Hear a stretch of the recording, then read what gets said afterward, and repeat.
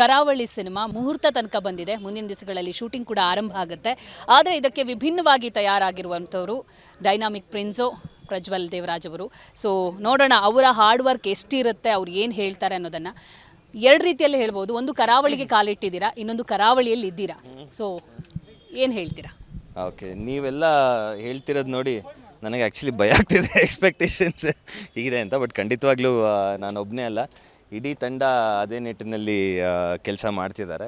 ನನಗೆ ಒಂದು ತುಂಬ ಹೊಸ ಎಕ್ಸ್ಪೀರಿಯೆನ್ಸ್ ಆಗುತ್ತೆ ಇದು. ಆ್ಯಂಡ್ ಒಂದು ಪ್ರದೇಶದ ಬಗ್ಗೆ ಒಂದು ಸಿನಿಮಾ ಮಾಡಬೇಕಾದ್ರೆ ಅಲ್ಲಿ ಮಾತಾಡುವಂಥ ಡೈಲೆಕ್ಟ್ ಆಗಿರ್ಬೋದು, ಬಾಡಿ ಲ್ಯಾಂಗ್ವೇಜ್ ಆಗಿರ್ಬೋದು, ಧರಿಸುವಂಥ ಬಟ್ಟೆ, ಎಲ್ಲದ್ರ ಮೇಲೆ ವರ್ಕ್ ಮಾಡಬೇಕಾಗತ್ತೆ. ಬಟ್ ಹೇಗೆ ಈಸಿ ಆಗುತ್ತೆ ಅಂದರೆ, ಗುರುದತ್ ಗಣಿಗೆ ಅಲ್ಲೇ ಬೆಳೆದಿರೋಂಥ ಹುಡುಗ, ಚಿಕ್ಕ ವಯಸ್ಸಿಂದ ಅಲ್ಲೇ ಬೆಳೆದಿರೋಂಥ ಹುಡುಗ. ಸೊ ಅವರೇ ನಿರ್ದೇಶನ ಮಾಡ್ತಿರೋದ್ರಿಂದ ಅದೊಂದು ಮಟ್ಟಕ್ಕೆ ಈಸಿ ಆಗುತ್ತೆ. ಬಟ್ ತಯಾರಿಗಳಂತೂ ಮಾಡ್ಕೊಳ್ಳೇಬೇಕು ಎಲ್ಲದಕ್ಕೂ. ಭಾಷೆ ವಿಚಾರಕ್ಕೆ ಬಂದರೆ, ಕರಾವಳಿಯ ಭಾಷೆ ಅಥವಾ ಸ್ಲ್ಯಾಂಗ್ ಏನಿದೆ ಅದು ತುಂಬ ವಿಭಿನ್ನವಾಗಿದೆ. ಸೊ ನೀವೇನಾದರೂ ಕಲ್ತಿದ್ದೀರಾ? ಒಂದೆರಡು ವರ್ಡ್ ಹೇಳ್ಬೋದಾ ಅಂತ? ಇಲ್ಲ, ಅದು ನನ್ನ ಸ್ನೇಹಿತರು ತುಂಬ ಜನ ಇದೆ. ಅವ್ರ ಮಾತಾಡ್ತಾ ಮಾಡ್ತದೆ ಏನು ಚೊಲ್ಲರ್ ಮರ ಅಂತಂದರೆ, ಏನಕ್ಕೆ ಎಂಕ ಬೋಡೆ ಬಡ್ಸಿ, ಇದೆಲ್ಲ ಸಣ್ಣ ಪುಟ್ಟದ್ದು ಬರುತ್ತೆ. ಬಟ್ ನಮ್ಮ ಸಿನಿಮಾಲ್ಲಿ ಕನ್ನಡನೇ ಇರುತ್ತೆ.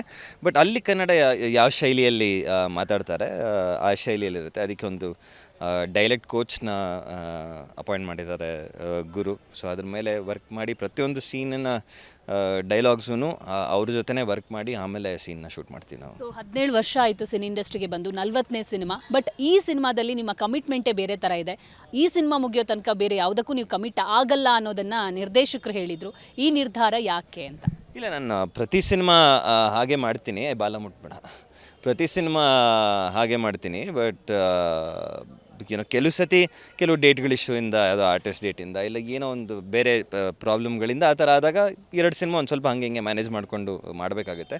ಬಟ್ ನಾನು ಯಾವಾಗಲೂ ಪ್ಲ್ಯಾನ್ ಮಾಡೋದು ಹಾಗೇನೆ, ಒಂದು ಸಿನಿಮಾ ಮುಗಿಸಿ. ಯಾಕಂದರೆ ಪ್ರತಿಯೊಂದು ಸಿನಿಮಾಗೂ ಏನೋ ಒಂದು ಬೇರೆ ಥರ ಗೆಟಪ್ ಯೋಚನೆ ಮಾಡ್ತಿರ್ತೀವಿ. ಅದರದ್ದೇ ಆದಂಥ ಕ್ಯಾರೆಕ್ಟರೈಸೇಷನ್ ಇರುತ್ತೆ, ಅದ್ರ ಬಗ್ಗೆ ಯೋಚನೆ ಮಾಡ್ತೀವಿ. ಸಡನ್ನಾಗಿ ಶಿಫ್ಟ್ ಆದಾಗ ನಮಗೆ ಒಂದು ಸ್ವಲ್ಪ ಕನ್ಫ್ಯೂಸಿಂಗ್ ಆಗುತ್ತೆ. ಸೊ ಅದಕ್ಕೆ ಒಂದು ಸಿನಿಮಾ ಮಾಡಬೇಕಾದ್ರೆ ಒಂದು ಸಿನಿಮಾ ಮುಗಿಸೇನೆ ಮಾಡಬೇಕು. ಈಗ ನೋಡಿ, ಚೀತಾ ಇಷ್ಟರಲ್ಲಿ ಮುಗಿಬೇಕಿತ್ತು, ಫೈಟಲ್ಲಿ ಲೇಟಾಗಿ ಇವಾಗ ಅದು ಪೋಸ್ಟ್ಪೋನ್ ಆಯಿತು. ಸೊ ಕರಾವಳಿ ಒಂದು ಸ್ಕೆಡ್ಯೂಲ್ ಮುಗಿಸ್ಕೊಂಡು ಮತ್ತೆ ಬಂದು ಮುಗಿಸ್ಬೇಕಾಗುತ್ತೆ. ಸೊ ಆ ಥರ ಪ್ಲ್ಯಾನ್ ಮಾಡಿದ್ರು ಕೆಲವು ಸತಿ ಆ ಥರ ಆಗುತ್ತೆ. ಬಟ್ ಆದಷ್ಟು ಇದರಲ್ಲೇ ಒಂದು ಸಿನಿಮಾ ಆದಮೇಲೆ ಇನ್ನೊಂದು ಸಿನಿಮಾ ಮಾಡಬೇಕು ಅಂತ ಪ್ರಯತ್ನ. ಕರಾವಳಿಗೆ ಪ್ರಜ್ವಲ್ ಅವರು ಮೇಕ್ ಓವರ್ ಆಗ್ತಾರಾ ಅಂತ?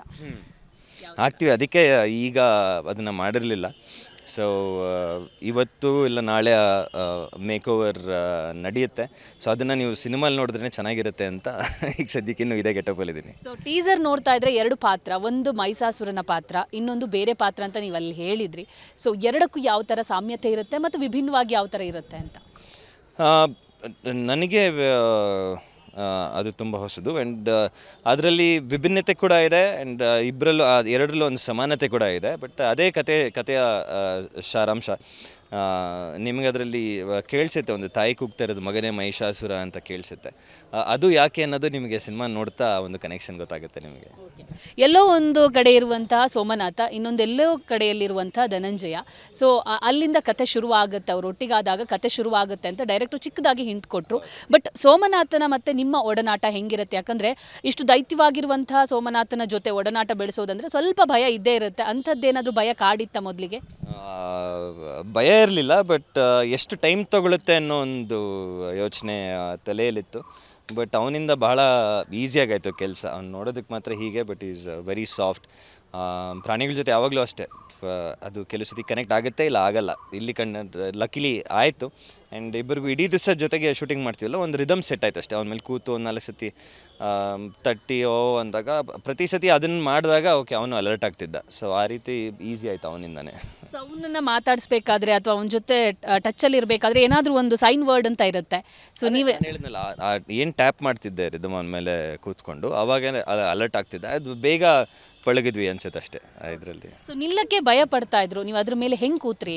ಸೊ ಆ ಒಂದು ಪೋಸ್ಟರಲ್ಲಿ ಆ ಪೋಸ್ ಇದೆಯಲ್ಲ, ಅದು ತಗೊಳ್ಳೋ ಸಂದರ್ಭ. ಹೌದು, ಸ್ವಲ್ಪ ಟೈಮ್ ತೊಗೊಂಡು. But it's hard also. ನೀವು ಅವನ್ನ ಮುಟ್ಟಿದ್ರೆ ಗೊತ್ತಾಗುತ್ತೆ, ತುಂಬ ಸಾಫ್ಟ್ ಆಗಿದೆ ಅವನ್ನ ಮೈ, ಕೂತ್ಕೊಳ್ಳೋಕ್ಕಾಗಲ್ಲ, ಜಾರ್ತಿರುತ್ತೆ. ಬಟ್ ಏನೋ ಮ್ಯಾನೇಜ್ ಮಾಡ್ಕೊಂಡು ಮಾಡಿದ್ವಿ. ಬಟ್ ಇವತ್ತು ಟೀಸರ್ ನೋಡಿದಾಗ ಆ ಶ್ರಮ ಪಟ್ಟಿದ್ದಕ್ಕೂ ಸಾರ್ಥಕತೆ ಆಯಿತು ಅನಿಸುತ್ತೆ.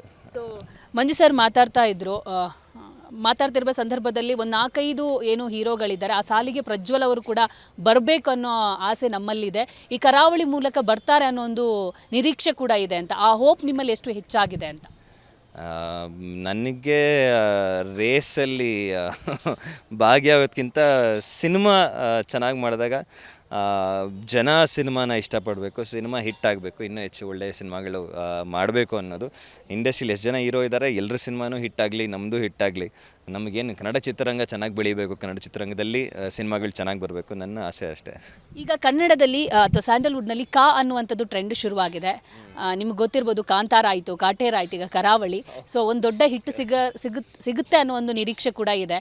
ಸೊ ಒಂದು ಪ್ಯಾನ್ ಇಂಡಿಯಾ ಲೆವೆಲಲ್ಲಿ ಕೂಡ ಇದು ರೆಡಿ ಆಗ್ತಾ ಇರೋದ್ರಿಂದ ಸೊ ನಿಮ್ಮ ಜವಾಬ್ದಾರಿ ಜಾಸ್ತಿ ಇರುತ್ತೆ. ಸೊ ನೀವು ಅದು ಜವಾಬ್ದಾರಿಯುತವಾಗಿ ಇದನ್ನು ಮಾಡಬೇಕಾಗತ್ತೆ. ಸೊ ಯಾವ ಥರ ರೆಡಿ ಆಗ್ತಿದ್ದೀರಾ?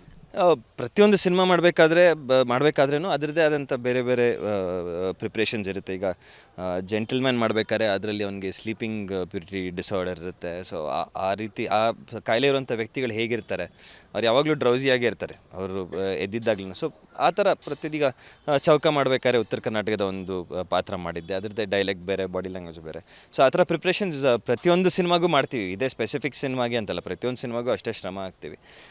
ಬಟ್ ಅದರಲ್ಲಿ ಟೆಕ್ನಿಕಲ್ ಟೀಮೂ ಅದನ್ನು ಹೇಗೆ ತೋರಿಸ್ತಾರೆ, ಅದನ್ನು ಹೇಗೆ ಯೂಸ್ ಮಾಡ್ಕೊತಾರೆ, ಅದನ್ನು ಹೇಗೆ ಪೋರ್ಟ್ರೇ ಮಾಡ್ತಾರೆ ಇಂಪಾರ್ಟೆಂಟ್ ಆಗುತ್ತೆ. ಆ್ಯಂಡ್ ಆ ಥರ ನನ್ನ ಡೈರೆಕ್ಟರ್ಸು ಟೆಕ್ನಿಷಿಯನ್ಸ್ ಮಾಡ್ತಾ ಬಂದಿದ್ದಾರೆ. ಆ್ಯಂಡ್ ಖಂಡಿತವಾಗ್ಲೂ ಈಗ ಕರಾವಳಿಯಲ್ಲಿ ನೀವು ಟೀಸರ್ ನೋಡಿದಾಗ ಅವ್ರ ಸ್ಟ್ರೆಂತು ನಿಮಗೆ ಗೊತ್ತಾಗುತ್ತೆ. ಸೊ ಪ್ರಿಪ್ರೇಷನ್ಸ್ ನಡೀತಾನೆ ಇದೆ ಆಗಲೇ. ಆ್ಯಂಡ್ ಸಿನಿಮಾ ಮುಗಿಯೋ ತನಕ ಅದು ಪ್ರತಿಯೊಂದಕ್ಕೂ ಏನೋ ಟಾಸ್ಕ್ ತೊಗೊಳ್ತಾನೆ ಇರಬೇಕು. ಕೊನೆಯದಾಗಿ, ಸೊ ದರ್ಶನ್ ಸರಿಗೂ ಮತ್ತು ನಿಮಗೂ ಸಿನಿಮಾ ಬಿಟ್ಟು ಒಂದು ಒಳ್ಳೆ ಬಾಂಧವ್ಯ ಇದೆ. ಸೊ ಕಾಟೇರದಲ್ಲಿ ಈ ಕೋಣನ ಬಳಸಿದ್ರು, ಅದೇ ಥರ ಕರಾವಳಿಯಲ್ಲೂ ಕೋಣನ ಬಳಸ್ತಿದ್ದೀರಾ. ಇದ್ರ ಬಗ್ಗೆ ಏನಾದರೂ ಸಜೆಷನ್ ಕೊಟ್ಟಿದ್ರು ಅವರು ಅಂತ? ಇಲ್ಲ, ನನಗೆ ಇಲ್ಲಿ ನೀವು ಹೇಳಿದ್ಮೇಲೆ ಗೊತ್ತಾಗಿದ್ದು ಕಟೇರೆಲ್ಲ ಸೋಮನಾಥನ ಬಳಸಿದ್ರು ಅಂತ.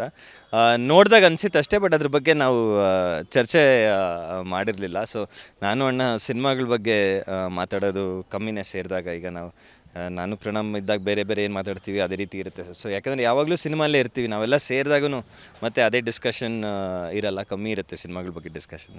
Thank you and all the best.